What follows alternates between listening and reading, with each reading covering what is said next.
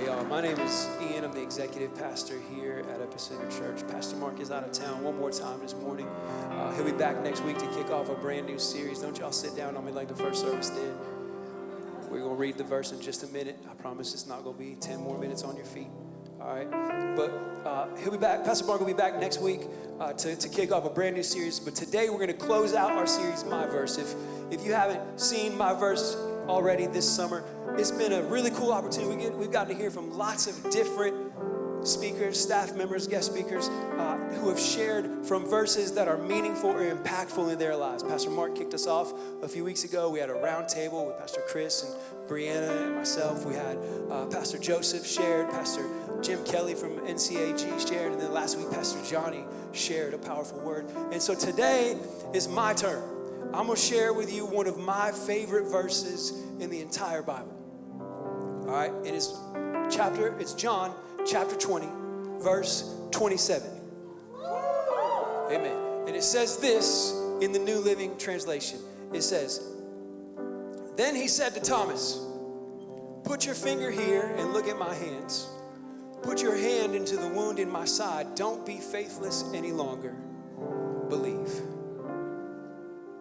And as you take your seat, I will admit, you can sit down, that out of context, that's kind of a weird verse to have as one of your favorites of all time, right? Like, you're like, what is wrong with this guy? That's your favorite verse? What does that even mean? Well, we're going to find out together today. We're going to dive into the life of Thomas, and we're going to look a little closer at some of the events of this narrative. And I'm confident that at the end of our time together, you're going to understand why this verse and this story and even this disciple have been so important to me over the last several years of my life.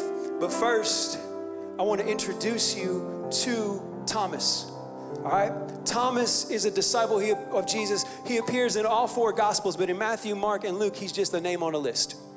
We don't ever really get to know anything else about him other than just that he's there. All right?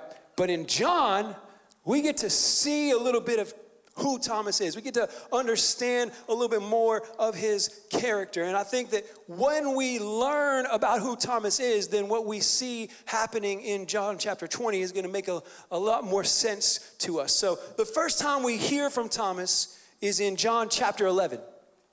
All right, and so the disciples are all with Jesus, and they've just learned that Lazarus, a very close personal family friend of Jesus, is sick and close to death. And Jesus is like, "Hey guys, we're going back to Lazarus and to his family because we need to be with them." And they're all like, "Actually, Jesus, that seems like a really bad idea, because we left Judea a couple weeks ago because those dudes were trying to arrest you so they could kill you. And I don't know if you know how this works, Jesus, but we're going to be guilty by association. So if we follow you to Judea, then we all gonna die. So how about we stay here and pray and hope everything turns out all right for Lazarus and his family." And Jesus is pretty adamant. He's like, "No, guys, I'm going. And then in verse 16, Thomas speaks directly to the other disciples. It says, Thomas said to his fellow disciples, "Let's go to and die with Jesus." And so we read that as like, what the world is wrong with this dude, right? But it shows us a couple of things about Thomas's character and about who he was. First of all, what it shows us is that he is blunt, right?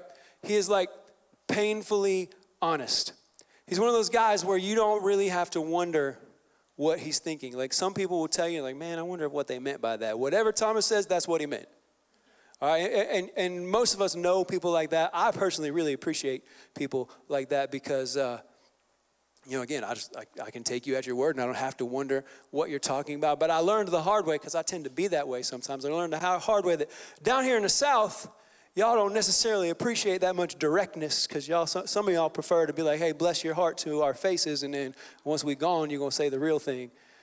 And that's all right. I mean, it's not really that all right, but it's how y'all are. It's a cultural thing. It's whatever.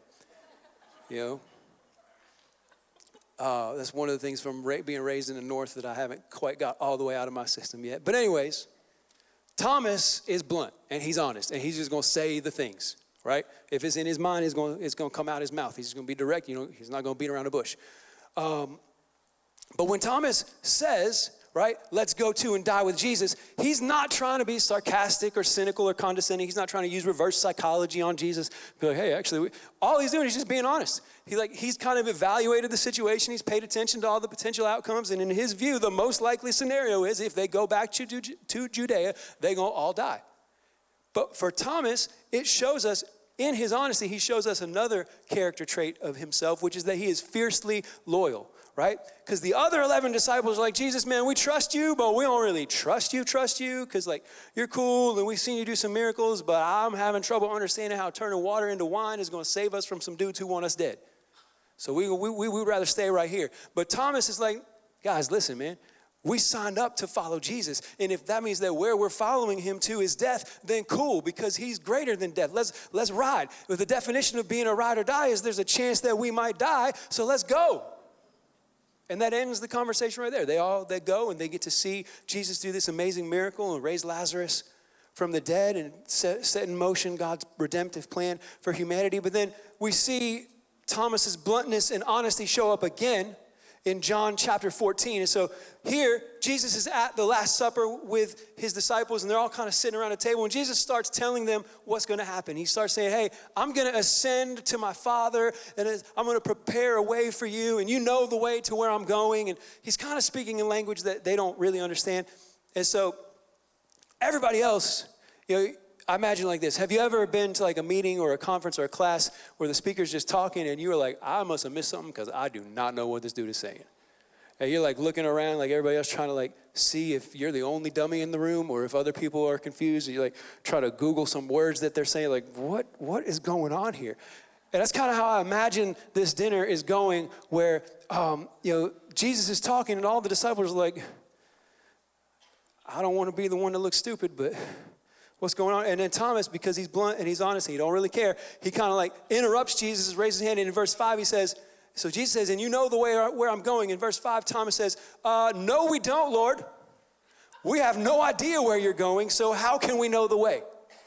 And that's not a paraphrase. That is straight out of the Bible. That's the way his words are translated. I read another commentator, Jamie Clark Souls. She says we can translate it, well, actually, I have no idea what you're talking about. Right? And so while a lot of people will just like kind of keep that to themselves and hope that they can figure it out later, or if it was a class where you had a teacher like that, like you're going to cheat off somebody's, or not cheat off somebody's nose, but hey, you find that one person who knows what they're talking about. But Thomas is like, nah, I'm not willing to wait for that. He's blunt, he's honest, he's willing to say the quiet part out loud. Right? He don't care if you think he's stupid because he wants to find the answer. He's going to say what's up. And so we can kind of see we need to take that understanding of who Thomas is, and we need to tuck it away in our minds for just a moment, because we're going to jump back into the main narrative of John chapter 20. And we won't meet Thomas for a few verses. We won't see Thomas again for a few verses. But these next few verses, you could probably preach one or two full sermons on just these 5 verses. But because it's not where I feel like God is leading us today, we're gonna spend just a little bit of time on these 5 verses. I'm not trying to minimize them or say that they're not important. I just want us to get a little bit of background for what's happening when we meet Thomas and highlight a couple quick things. So the first part of verse 19 says, that Sunday evening, which was Easter Sunday night, Jesus was resurrected that morning. At that Sunday evening, the disciples were meeting behind locked doors because they were afraid of the Jewish leaders. Right? So 3 days ago, they've watched their teacher, their rabbi, their Messiah be murdered on a cross. And they know how this goes, right? They know that they're going to all die. They'll all not die, but they're all going to be identified as followers of Jesus, and there's likely going to be a target on each of their backs. And so their entire lives have been thrown into chaos, and we don't really blame them for feeling afraid if we're paying attention to what's happening. But then the second half of verse 19 tells us that suddenly Jesus was standing there among them. Peace be with you, he said.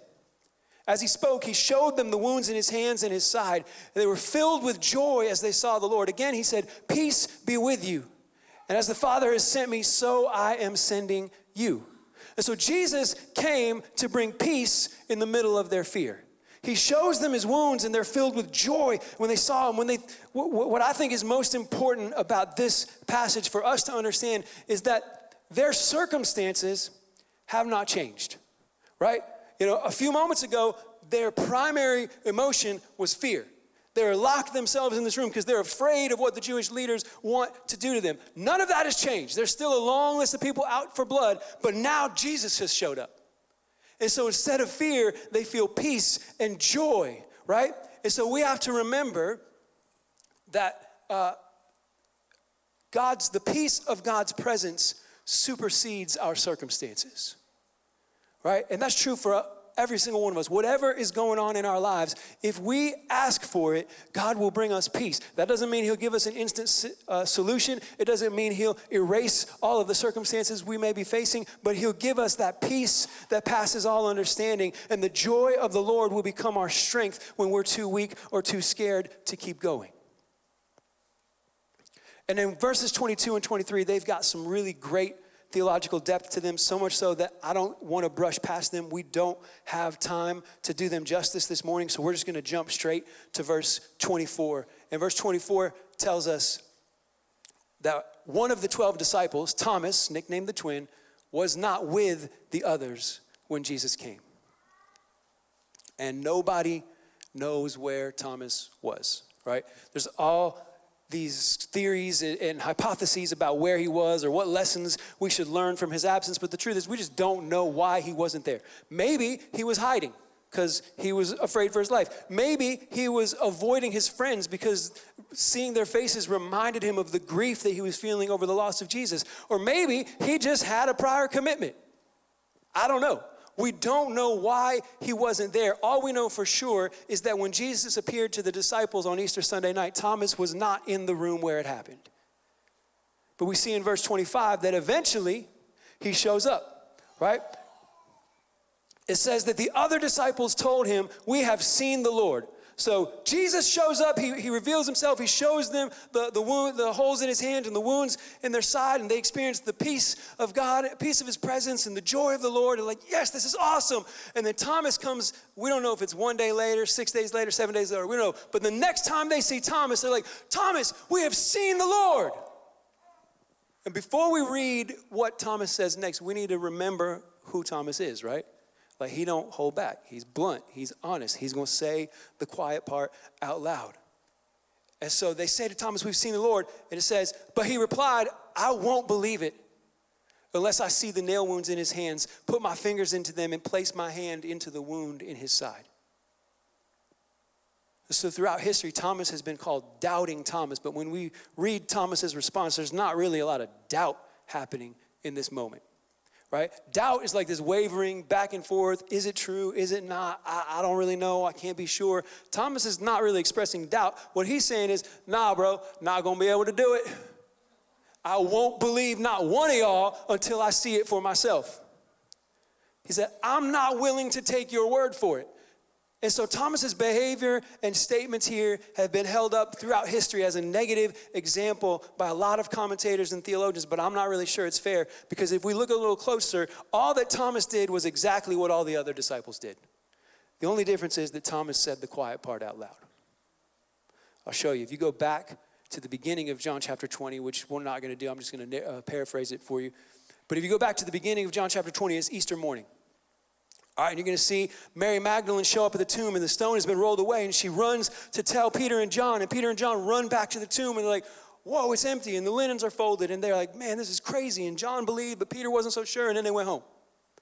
And then after they've gone home, Jesus appears to Mary Magdalene in this garden, and he's like, "Mary," and she didn't recognize him at first, but then he said her name, she's like, "Teacher," and then Jesus is like, "Hey, go and tell my brothers, that I'm ascending to my Father and their Father, and go tell them." And so she runs and she finds them. And in verse 18, it says this: Mary Magdalene found the disciples and told them, "I have seen the Lord."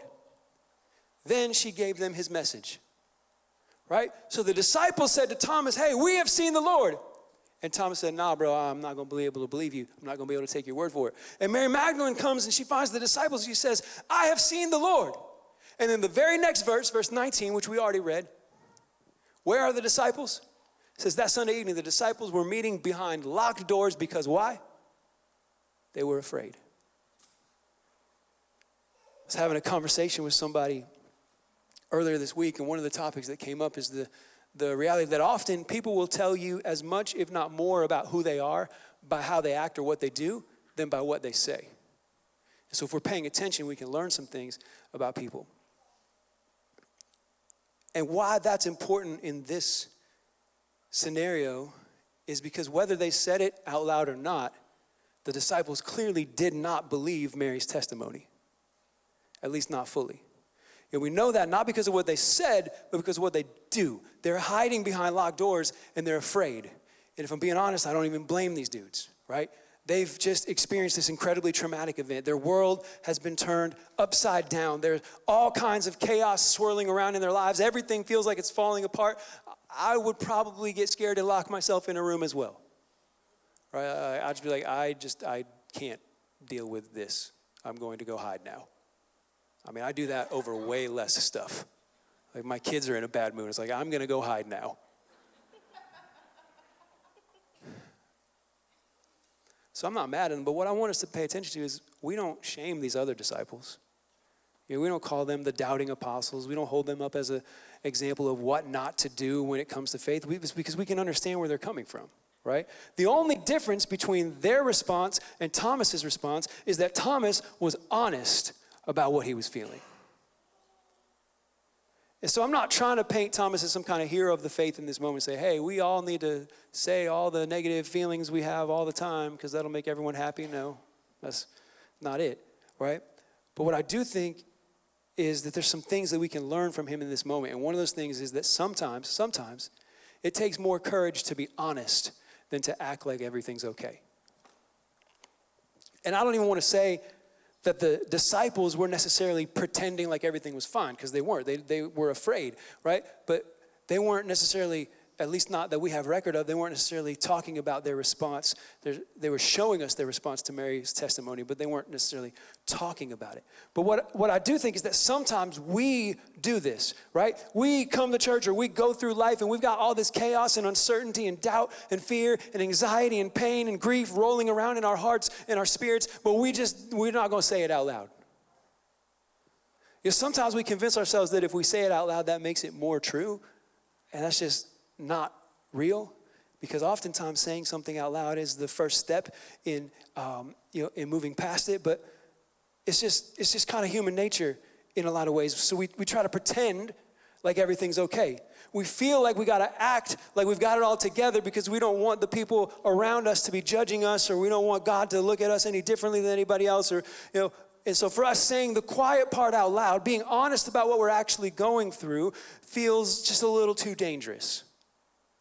But when we're not brave enough to be honest, we run the risk of exploding from the inside out. Thomas didn't believe his friends any more than they believed Mary, but he was honest about it. So I'm not saying we should emulate his approach, but we maybe should take a step back and admire his honesty.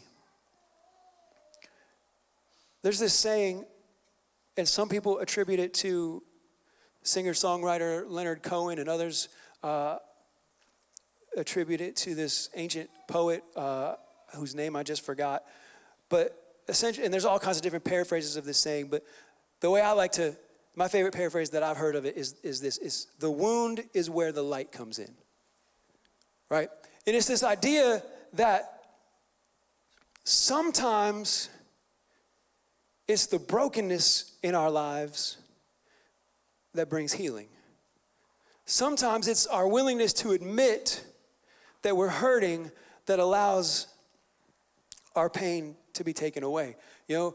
Taken literally, like if you've got a wound in your body, then light can get in there, but that's kind of weird. So, but the wound is where the light comes in. And I think that sometimes we work a little too hard to hide our wounds from everybody around us. And in so doing, we block the light from coming in.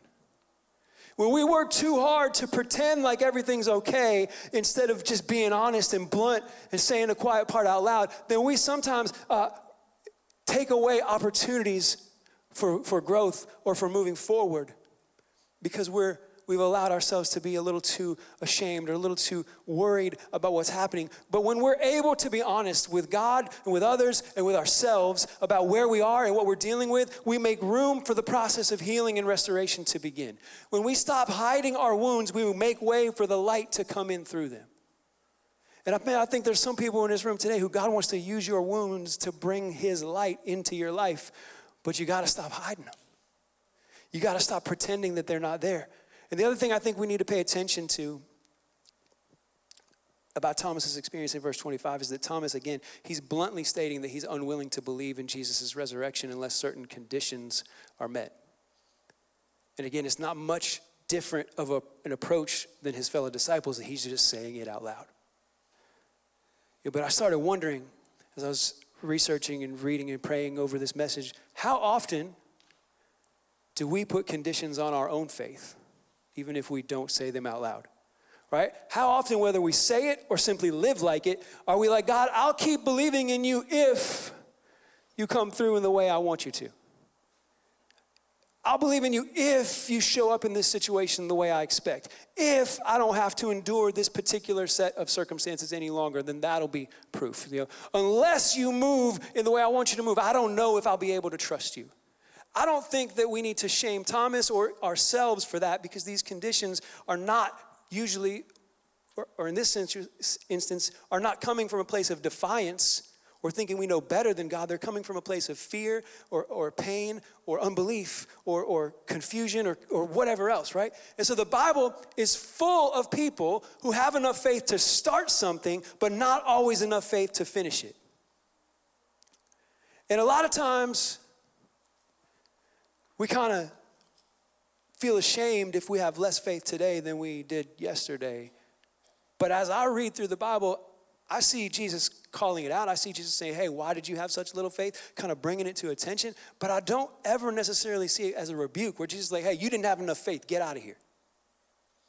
And often, many times when we see it as a negative thing, Jesus is saying, hey, listen, you didn't quite make it, but at least I want to acknowledge you had enough faith to get started.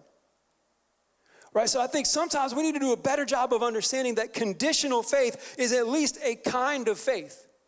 It's not the faith that we're ultimately called to. It's not the faith that we should strive to live out, but we're on our way.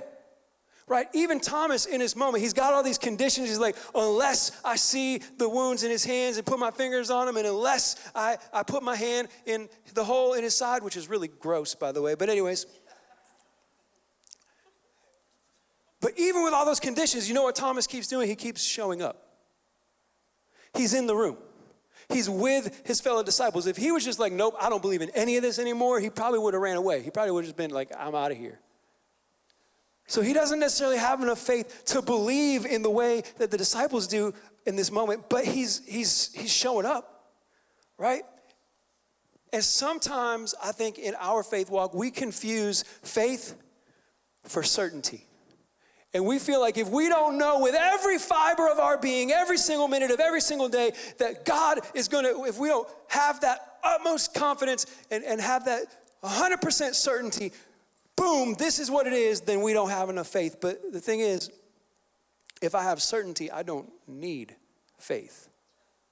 Right? I don't have to have faith that there's 5 fingers on my hand because I can count them. That's a really weird example, but my hand is right here, so.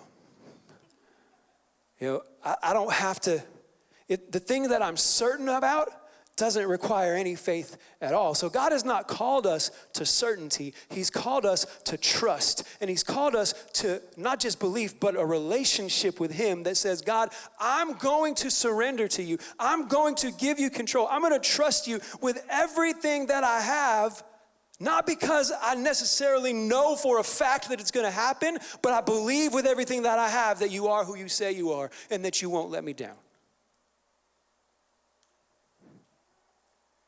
At one point or another, we've all had conditions that we've put on our faith or on our willingness to believe.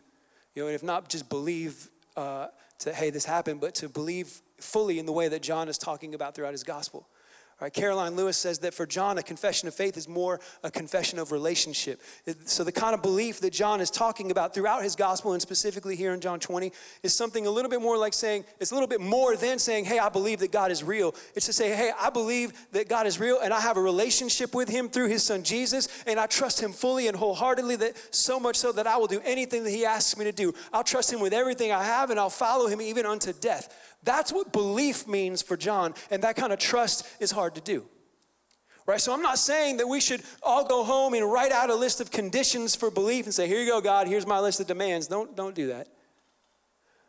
But I'm also not saying that you're automatically wrong or bad if you feel like there's a few things you need to see before you can really trust God with everything you have, because conditional faith is still faith. Don't stay there. Don't say, oh, well, this conditional faith is good enough. But don't shame yourself because you don't have as much faith as the next person, or your faith doesn't feel as strong as it did before the season that you're in. As long as you're still showing up, as long as you're still doing everything you can to trust in God today, then He's big enough to do the rest. Right? It's pretty hard for me to look down on Thomas, not because I think he's right necessarily, but because I've been there, right? And in those moments, I didn't have the courage to say it out loud. Sometimes I didn't even realize that it was true. But there's been moments where, whether I said it or just lived it, that I was like, I won't believe that God is who He says He is unless He resolves this situation to my liking. And I felt that way more than once. Right? So in a lot of ways, that's what Thomas is saying here. He's saying, hey, after everything I've witnessed, after everything I've been through, after all the danger and the fear and the anxiety and the risk and the chaos and the pain and the grief and the mourning, where I'm at right now, boys, you saying, hey, we've seen the Lord is not enough for me. I kind of need to see it for myself. And we've been there and we've experienced those kind of things. And in that way, Thomas, who's nicknamed the twin, he's our twin in this passage.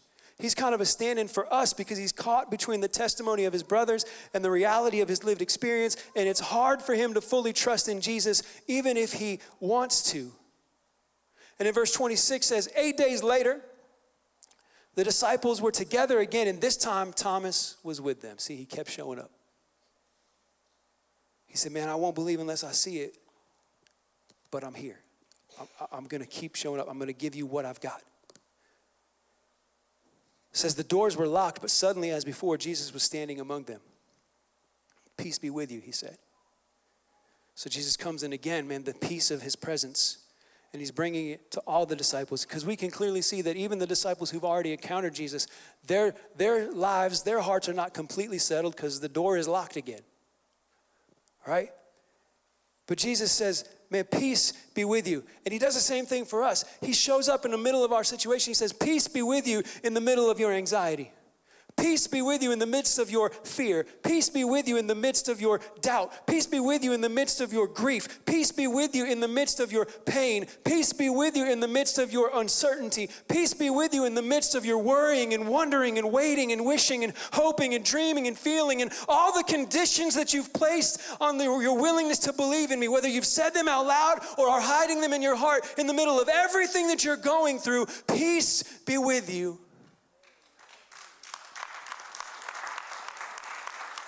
And then we get to verse 27. That's my verse, right? That's the one I read to you in the very beginning of this. And you looked at me like, well, this guy's a weirdo. Why is that his favorite verse? In case you forgot, it says this. Verse 27, it says, then he said to Thomas, put your finger here and look at my hands. Put your hand into the wound in my side. Don't be faithless any longer. Believe. And so throughout history, theologians have said, man, Thomas should have just taken the other disciples' word for it. Thomas is messed up. Thomas made a mistake. Thomas is doubting. Thomas is unbelieving. Thomas is conditional. Thomas is wrong. Thomas is a bad example. But what I see when I read the story of Thomas in this passage is that Thomas was broken and hurting and confused and conflicted and afraid. And Jesus shows up and he says to all the disciples, hey, peace be with you. And then he looks at Thomas in the eyes, and it says in the first 5 words of verse 27, it says, then he said to Thomas. He didn't say anything specific to Peter or John or James or Judas or Simon or Andrew or any of those other dudes. He said it to Thomas. He looks him in the eyes and he says, hey, Thomas. He didn't say, Thomas, what's wrong with you, man? Why didn't you believe the testimony of your brothers? He didn't say, Thomas, how could you do this? How could you not have the kind of faith you know that you're supposed to? He looked Thomas in the eyes and he said, hey, I heard that what you needed to believe in me was to see the wounds in my hands, so look at these. He said, hey, I heard that what you needed to feel like you could trust me again was to put your hand in the wound in my side, so here you go. Listen, Thomas, I came back for you. Not to tell you what you've done wrong or how messed up you are, but to help you pick up the pieces and put your life back together. In this moment, Jesus met Thomas where he was, not where somebody else thought he should be. He didn't chastise Thomas for needing proof. He didn't tell him, how dare you say you won't believe. He said, Thomas, I see you. I love you. I heard what you need and I brought it for you.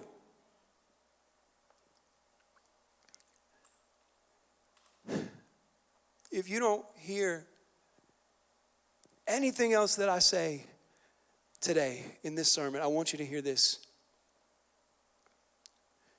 Jesus will meet you where you are, not where anybody else, including yourself, thinks you should be.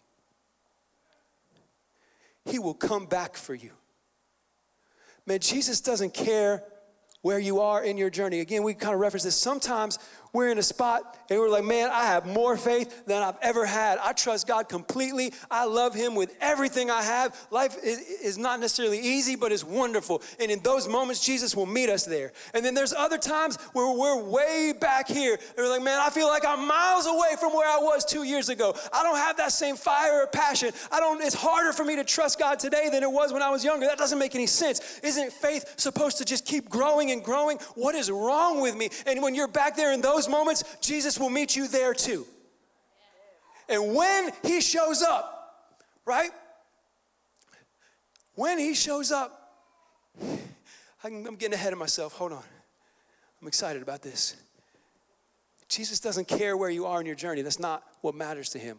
Right? Again, we might look at our life and we say, man, I should be so much further along than where I am right now. We could be wondering why everything is still so messed up. Why can't we seem to get things together? Why can't we seem to figure things out? Why do these other people around us have so much more faith than we do? Why is it so much easier for them to trust? Why does everything still feel so chaotic or uncertain or painful? Life might feel like a mess, but Jesus will meet you there. And when he shows up, he won't say what's wrong with you. He won't say, why are you the way that you are? He won't say, why haven't you done this or that? He'll say, hey, I see you.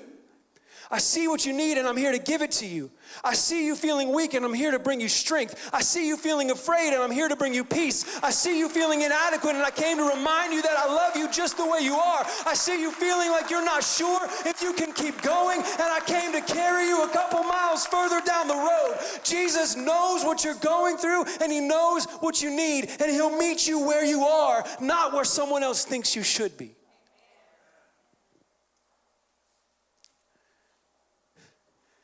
If you remember, people tell you just as much about who they are, about what they do, as about what they say. And so by coming back for Thomas, Jesus is telling us with his actions, hey, when you're at your wit's end, when you're at rock bottom, when you don't know where else to turn, when you don't know what else to do, I'll meet you there. And I'll meet you without judgment or without condemnation or without rebuke. And if you let me, I'll say, hey, I got this. Second half of verse 27, the NLT translates as Jesus saying to Thomas, don't be faithless any longer, believe. Some translations actually word that as, hey, don't become unbelieving, but believe. As Jesus even recognizing that, hey, Thomas, you had some conditions on your faith, but there was a little bit of faith left inside you. Don't become unbelieving. Some say, hey, don't continue to be unbelieving. There's not really a consensus on what this phrase means in English, but my understanding of what Jesus is saying to Thomas here is just this: trust me. Believe in me. Not in the sense of just believing that I'm here, but in the sense of entering into relationship with me. Jesus is inviting Thomas into a process of trust. He's saying, Thomas, I'm here. I met you where you were, not where anybody else thought you should be. I came back for you, and I want to invite you to trust in me. I want to invite you to put your faith in me. I want to let you know that you can count on me in every moment, in every circumstance, and I'll be there. I said this in the first service. I did not get the chance to give the worship team their notes. So when I called them and asked them to come up right now, it is not their fault. All right, so don't talk junk to them later. That's on me. But worship team, come on. Verse 28 says this. It says, my Lord and my God, Thomas exclaimed. And if you've heard this story a bunch, or if you know the Bible, then hearing somebody say that Jesus is God is like, yep, I know. Good point. Heard it 100 times. Okay? But what you need to understand, again, you got to remember who Thomas is. He says the quiet part out loud, right? And so this is the very first time, recorded time in John's entire gospel where anyone has referred to Jesus as God. John, as the narrator, has kind of alluded to it a couple times. And there's been some other people who have hinted that, hey, maybe we think that might be who you are. But Thomas, man, he's blunt, he's honest. And so he sees Jesus in his presence. He's humbled, he's moved, he's inspired, and he don't have to wait. He says, my Lord and my God. He says, you're my Lord, because he says, I'm going to follow you anywhere you go, and I'm going to do what you say. I'm going to be obedient to you. But he says, you're my God, because you are God. You are equal with the creator of the universe. But for a lot of theologians, the most important word in that statement is neither Lord nor God, but the two-letter word my. Right? Because Thomas is using this this personal possessive word, and he's saying, you are not just Lord of all, you are the Lord of my life. All of that unbelief, all those conditions, all that stuff, it's gone. I'm not saying I won't ever doubt again, or there won't be days where I have uncertainty, but what I'm saying is I'm committing to you to trust in you every day for the rest of my life, to follow you unto death. You are my Lord, you are my God, you are the one who made it all, and yet you still came back for me. There's a lot of debate among scholars about whether Thomas ever actually put his fingers on Jesus' wounds or put his hands in Jesus' side. Some people think that he did. Some people think that he didn't. What I think is that it doesn't really matter because Jesus gave him the chance to. He gave all these conditions and Jesus said, boom, here you go. And again, I'm not suggesting we put conditions on God in the sense of like making demands on him, but we're saying like, God, unless... But so many of us have trouble believing until we see. And maybe not seeing Jesus' resurrected body, but seeing his presence at work in our lives, right? Seeing him acting and moving on our behalf. We see him showing up in the moments of our greatest need before we've even fully decided whether we're going to trust in him completely. And then when he shows up, not if, but when he shows up, the question is, will our response be the same as Thomas's, to say, my Lord and my God?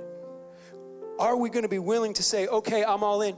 I trust you with everything. You're the Lord of my life. You're the God of the universe. And I know that you've got me, even if I'm not really sure where we're going, even if I'm not really super stoked about the situation or the circumstance, I'm going to trust in you because I'm entering into this relationship with you. And I know you have my best interests at heart.